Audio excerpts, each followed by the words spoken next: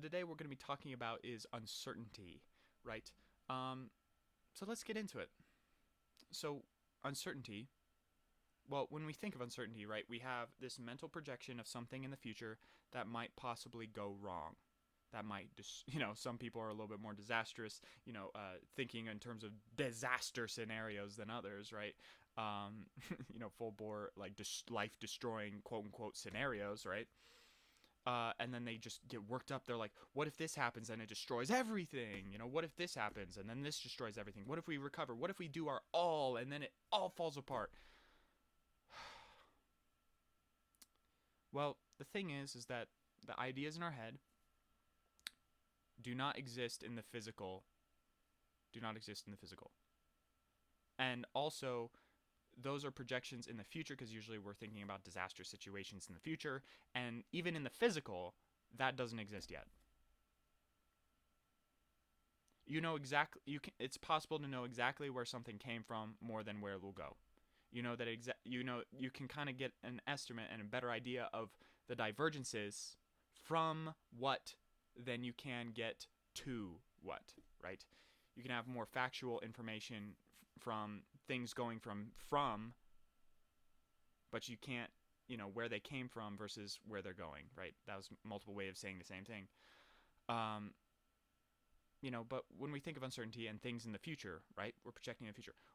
Does a lot, when we think about our personal uncertainties about the future and those feelings, right, is it about things that are kind of in the immediate sphere, kind of in our lifetime kind of stuff, like is the stuff that I really want going to work out in my lifetime? Am I going to be happy? That kind of stuff, right?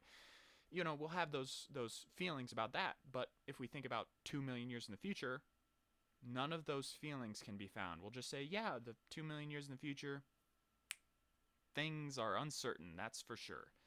But, it's more neutral because it's not really pertinent to us. So, what does that tell us? Well, the things that we really value and are important that are uncertain are really just projections to help keep us safe, right?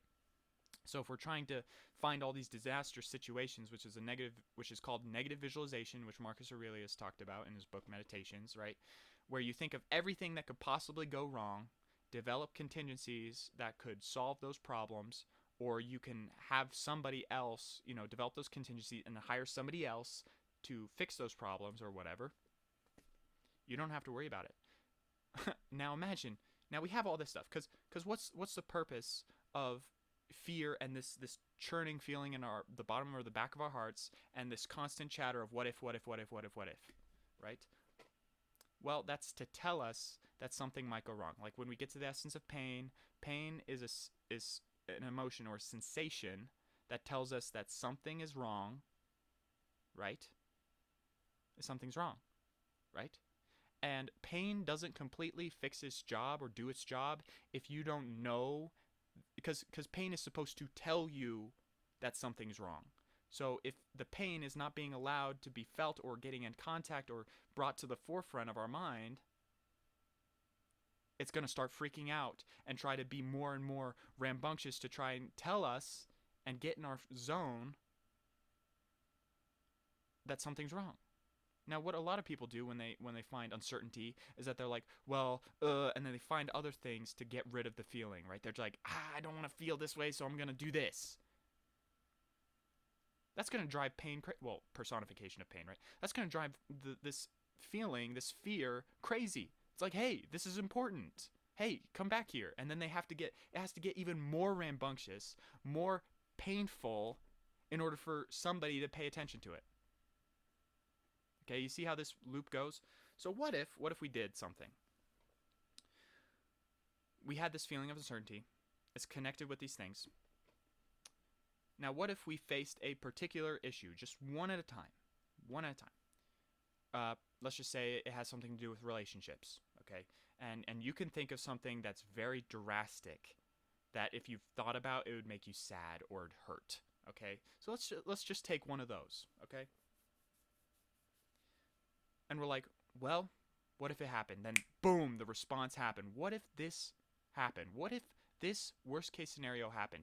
Boom, it hurts, right? Boom, there's like this feeling that starts churning. It's like, finally somebody's paying attention to fix this problem.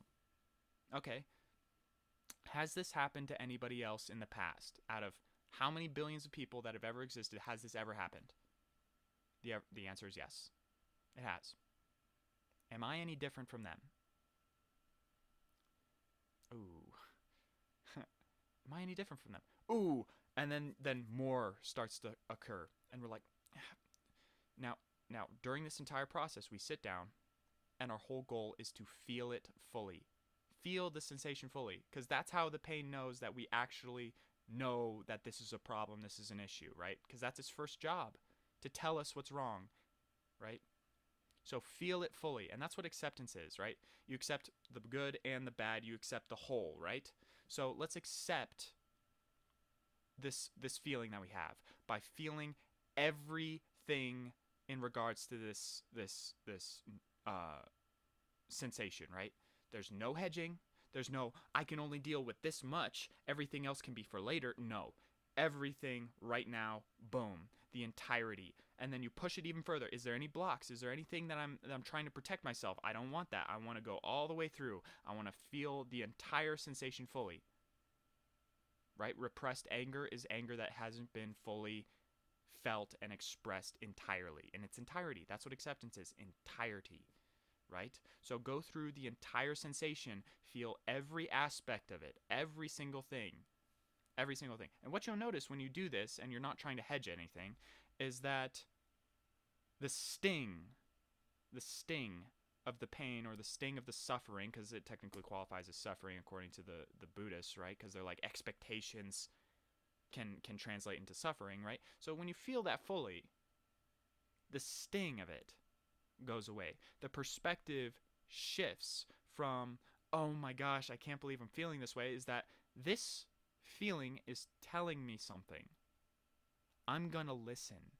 I'm going to give it the acknowledgement and the awareness that it deserves, because it's helping me, right? Pain is there to help you identify what is wrong, right? And to fix it, right? So you feel it fully. You feel it fully, and then you, as soon as you do that, you feel it fully, you'll feel it bottom out. That you know, for some reason, you don't know why, is that it won't get any worse. You feel that it's that pain, that thing that you're feeling, all of that, that's it. Now there's incredible relief in knowing exactly, and a certainty of knowing exactly how much of this emotion that you're feeling, that you will feel in regards to this issue. And with that perspective shift, it doesn't sting, right? And you'll see it as information that's helping you identify the issues and then work through it. And what you'll notice is that even after that, slowly and surely, not because you're forcing it to, because if you're trying to force it to recover and get back to a neutral state, that's not it. You're not feeling it fully, right? So you feel it fully, but then you'll feel it starting to go away, even though you're like, I want to feel it fully. Don't hold anything back. It wants to recover on its own. It's crazy. Now this is all kind of like, non really physical talking stuff, but just take one of something that, usually when we have things that are incredibly, usually when we're trying to distract ourselves or when we're bored, identification of things that are boring, hard, that hurt, things that we do to help mitigate some sort of pain or whatever. Usually we do specific behaviors in order to avoid confronting those things. But when you do, even when it comes back, it will never be as bad. And not that if it was worse, you do anything different. Because the whole point of this is to feel it fully, acknowledge it and accept it fully, feel the sensation fully, integrate that part in yourself, and you'll feel like, man, this really, it hurts, but it's not devastating. It's not, it doesn't Now, this is all subjective, right? This is all, personal experience or whatever, but you'll notice that when we project those things into the future, those ideas, that the emotional churn that we have is gone. That when you think about those ideas and then all those systems that you put in place, the emotional neuroses, the emotional connection to it is gone. That's what's meant by attachment, right? Attachments, right? Because your emotional state is no longer attached to that outcome because you have felt that sensation fully. And so when you think about it, doesn't hurt anymore. And even if it does, it's like way, way less. And even if it's way, way less, you'll feel that fully, and then eventually that goes away too. Do this 3, 4, as many times as you need to, and eventually you can look at an idea completely neutral because you have an inner understanding and an inner knowledge of it, and it doesn't hurt because there's nothing wrong anymore. Right? And usually the things that we worry about and project all these things in the future are usually situations or the products of models in our head that caused us a lot of pain, or we just projected that stuff, or we just made various connections due to proximity or relativity, right? To it, that as little kids, or as somebody who wasn't able or didn't have the tools to actually process it, hurt. And so we had to make certain strategies in order to cope, to be functional, right? Because every behavior is functional in whatever environment. Because imagine somebody with PTSD in a war zone, and something round rolls into the tent and they get up and they kick it as hard as they can, and they pull out the gun underneath their pillow and point at where the entrance is. Is that rational? Yes. Now, if you did that exact same thing in a domestic environment 20 years later, and and somebody's family was there, and it was somebody knocked at the door, and you did that exact same response, that is not functional, right? It depends on the environment that behavior becomes functional or dysfunctional. So now what we're trying to do is that we're trying to gain control so that we can decide, this is good now, this is good, and there's a wisdom to that. There's a wisdom to that. So what we're doing is that through wisdom, we're gaining freedom. Through feeling these feelings fully, we're gaining freedom, not from the sensations, but from the compulsions and the avoidance and the all the different steps that we do to try and avoid these things. When we just confront them and we just, I don't know, just do man, it's so nebulous. I'm still trying to work things out, so please forgive me, but yeah, just feel it fully, acknowledge the sensation, right? And then you'll notice that in relation to that particular issue, the feeling goes away, and you can think about it and put all the systems in place and not worry.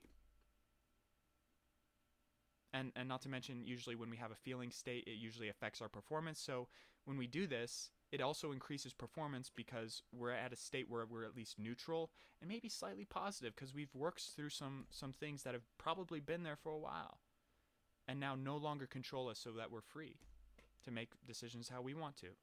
What is actually best, instead of just some survival, flight or flight kind of thing going on in our mind, even though when you look around, there's really nothing there. It's just the things in our mind that are messing us up, right?